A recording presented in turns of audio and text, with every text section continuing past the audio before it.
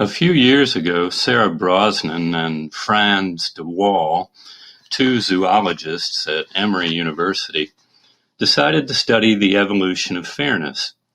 They wanted to explore where our distaste for unfairness comes from. Brosnan and de Waal designed an experiment using capuchin monkeys. Pairs of monkeys were placed in adjacent cages where they could see each other and trained to take turns giving small granite rocks to their human handler. Each time a monkey relinquished a rock, she would receive a piece of cucumber as a reward. Capuchins love cucumbers, so both monkeys were thrilled with this arrangement and handed over their rocks with enthusiasm. Then the handler changed things up. After a few fair, even exchanges, the handler rewarded the first monkey with a chunk of cucumber as usual, but gave the second monkey a grape, the equivalent of fine wine or caviar in the monkey world. Seeing that the game had changed for the better, the first monkey perked up, eagerly handing over another rock, expecting, of course, to receive a grape too. But the handler gave her another piece of cucumber. To make things worse, the handler then gave the second monkey another grape for free. The first monkey just about lost it. Not only did she refuse to eat the cucumber, she hurled it at the handler's face. She then proceeded to bang against the bars of the cage, throw her remaining rocks in every direction, and make furious gestures at her grape-eating pal. The experiment has been repeated using other primates, and the results have been astonishingly similar. Scientists have also studied the development of fairness in human babies and found that infants as young as 9 months old will react quite strongly and negatively to perceived unfairness.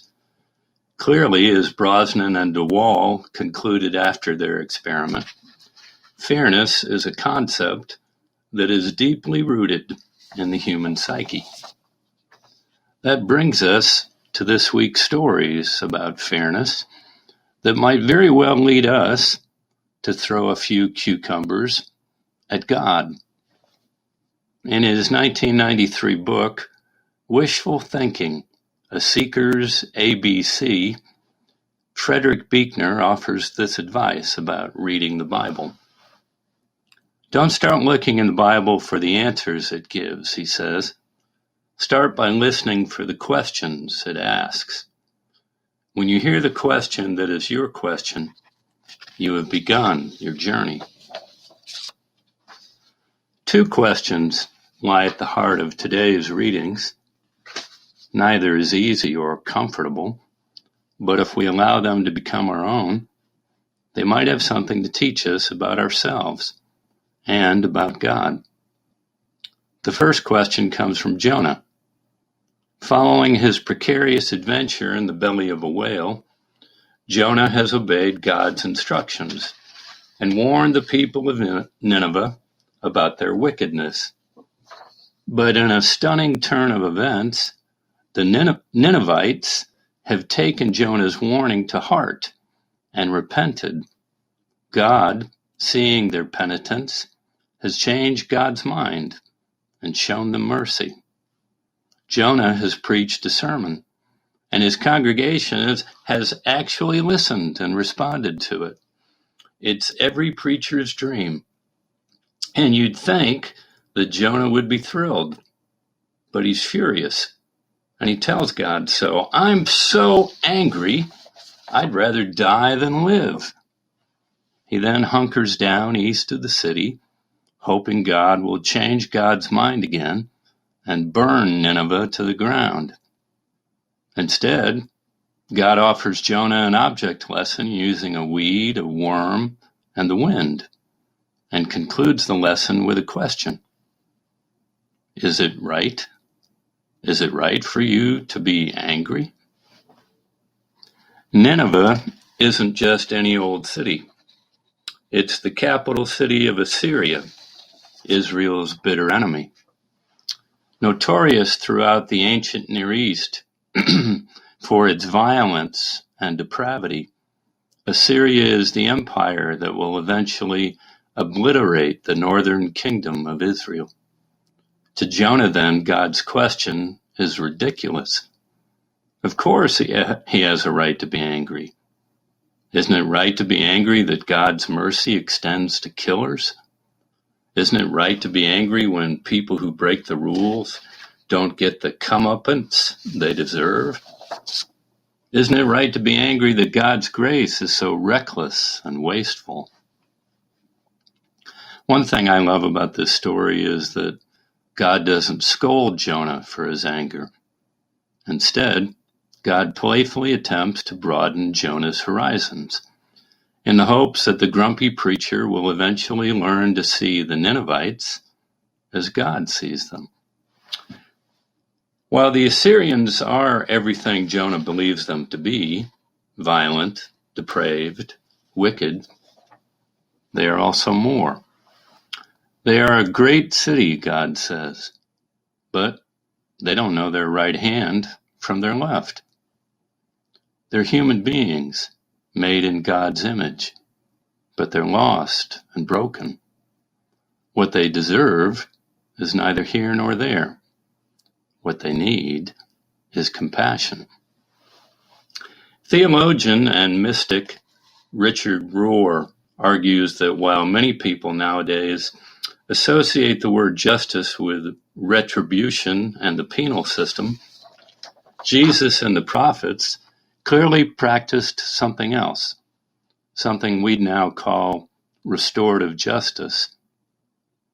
Jesus never punished anybody, Rohr writes. He undercut the basis for all violent, exclusionary, and punitive behavior. He became the forgiving victim, so we would stop creating victims. Punishment relies on enforcement and compliance, but it does not change the soul or the heart, Rohr says. Jesus always held out for the heart. God challenges Jonah to consider the hard truth that even his worst enemies are God's beloved children.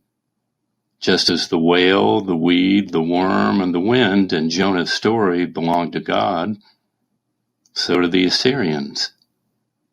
They are ultimately God's creations, God's to plant, God's to tend, and God's to uproot.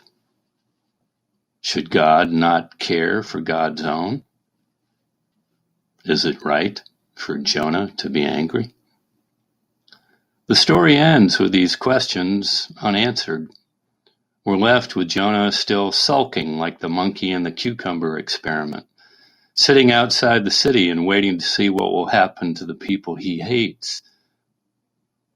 And so we, too, are left to wrestle with the scandalous goodness of God, a goodness that calls us to become instruments of grace even to those who offend us most deeply, a goodness that asks why we so often prefer vindication to rehabilitation, prison cells and death sentences versus hospitality and compassion.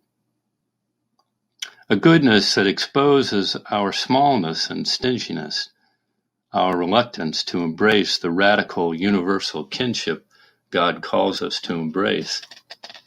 A goodness that reminds us how often we grab at the second chances God gives us, even as we deny those second chances to others. A goodness that dares us to do the braver and riskier thing, to hold out for the hearts of those who belong to God, whether we like them or not. Do we have a right to be angry? God leaves us to decide. The second question comes from Matthew's parable. A landowner goes out several times in the course of a day to hire laborers for his vineyard. When the long workday is at last over, the landowner pays every worker the exact same wage, and the laborers who started work at the crack of dawn complain. The landowner deflects their accusations with a question similar to God's question to Jonah. Am I not allowed to do what I choose with what belongs to me? Or are you envious because I am generous? Writer Mary Gordon, in her book Reading Jesus, answers God's question with painful honesty. She says, yes, I am envious because you are generous. I am envious because my work has not been rewarded. I am envious because someone has gotten away with something.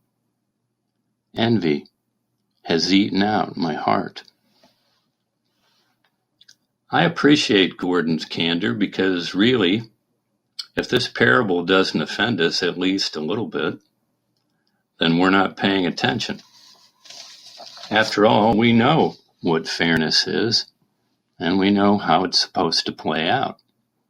Equal pay for equal work is fair. Equal pay for unequal work is not fair. Having our sincere efforts noticed and praised is fair. Having them ignored is not fair. Rewarding hard work and ambition is fair. Excusing sloth and sloppiness is not fair. In our stressed and high-strung American culture, even now in the middle of a pandemic, there are many children and teens who are being taught that the only place in the world worth standing is at the front of whatever line they happen to be in: academic, musical, athletic, pre-professional. Why be second when you can be first? Why be mediocre when genius is what pays? Why bother with your neighbor's needs when resources are scarce and time is flying? Work hard, work harder, work harder still. Happiness comes to those who slog the longest to achieve the highest success, because that's how the world works, right? That's how fairness works. But God is not fair, at least not according to our inherited beliefs about fairness. God, it turns out, does not believe that the best place to be is at the front of the line. God isn't interested, as we so often are, in showing favor to the best, the biggest, and the brightest, the workers with the most elite educations, astonishing professional achievements, fanciest zip codes. The landowner doesn't judge his workers by their hours. He doesn't obsess over why some workers are able to start at dawn and others are not. Maybe the late starters aren't as literate, educated, or skilled as their competitors.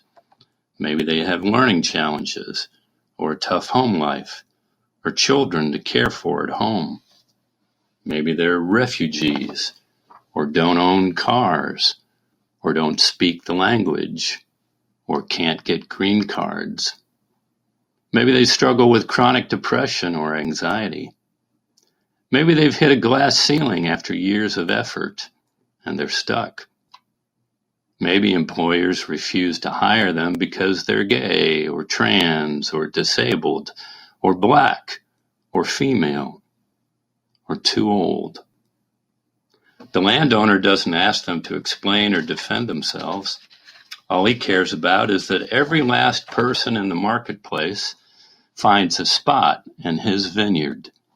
The early bird and the latecomer, the able-bodied and the infirm, the young and the old, the popular and the forgotten. When the workday is over, what concerns the landowner is not who deserves what. All he cares about is that every worker ends the day with the dignity and security of a living wage, the capacity to go home and feed a family, sufficient security and peace of mind to sleep well, a solid grasp on hope, a reliable sense of accomplishment, belonging, and dignity. Are you envious because I am generous, asks God? Or literally, as it's written in the Greek of the New Testament, is your eye evil because I am good? The parable reads very differently if you situate yourself at the end of the line. The workers who got more than they expected to, the ones who received 12 times the pay they knew they deserved, they were ecstatic at the end of the workday. Ecstatic, stunned, thrilled, grateful. Their experience was one of utter blessing. And I'll bet that what went on at their end of the line was one big raucous party.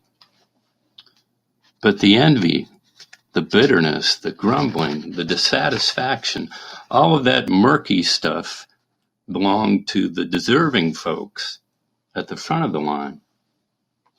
They couldn't party. They were too busy feeling miffed and offended. They couldn't take satisfaction in their hours of good work. They couldn't delight in the fruit of the vineyard. They couldn't relax into their time off and enjoy the gifts of leisure. Though the landowner honored his agreement with them as well, though they received their daily bread and lacked no good thing, they ended up wasting their off hours in resentment and anger. Like the monkey in Brosnan and DeWall's experiment, they took a perfectly good reward and hurled it into the empty air, fists raised. Maybe if God's generosity offends us, it's because we don't have eyes to see where we actually stand in the line of God's grace and kindness. Where would we rather stand? At the front of the line, where bitterness and judgment reign? Or at the back, where joy has won the day? It's not a coincidence that the landowner insists on paying the workers in reverse order and making sure that the first workers see what the last receive. He wants them to experience what radical generosity looks like. He wants them to relinquish their anger and join the party. He wants them to use their plenty to build longer tables, not higher walls. These stories are for us right now, in the times we live in. As I'm recording this meditation, the air in the West is so polluted from the wildfires, it's unsafe for people to leave their houses. Human-caused climate change has done this. COVID-19 is casting shadows of death, fear, hunger, unemployment, and misery all around the world. And many of our collective responses to the pandemic are intensifying the losses. People of color here and around the world are starving for equality and justice, and some of us are still refusing to honor and address their pain. Could it be any more obvious that all of us, every single one of us, are wholly dependent on each other for our survival and well-being, that the future of creation itself depends on human beings recognizing our interconnectedness and acting in concert for the good of all, that what's fair for me isn't good enough if it leaves you in the darkness to die, that my sense of justice is not just if it mocks the tender, weeping heart of God, that the vineyards of this world thrive only when everyone has a place of dignity and purpose within them, that the time for all selfish, stingy notions of fairness is over. God is not fair. For reasons we may never know, God seems to love us indiscriminately and seems also to enjoy reversing the systems we set up to explain why God should love some of us more than others of us. By starting at the end of our lines with the last and the least, God lets us know that if we want to see things God's way, we might question our own notions of what's fair and why we get so upset when our lines don't work. Depending on where we are in line, it can sound like powerful good news, because if God is not fair, then there's a chance we'll get paid more than we're worth, more than we deserve, that we'll make it through the doors even though we're last in line. And not because of who we are, but because of who God is. God is not fair. God is generous. And when we begrudge that generosity, it's only because we've forgotten where we stand. On any given day of our lives, when the sun goes down and a cool breeze stirs the dusk, when the work is done and the steward heads toward the end of the line to hand out the pay, there's a very good chance that the cheers and the backslapping, the laughter and the gratitude with which he's greeted, will turn out to be our own. And for that, even though we don't deserve it, or we haven't been worth it, God doesn't care. God simply gives the love to us. And for that, we can say thanks. Thanks be to God. Amen.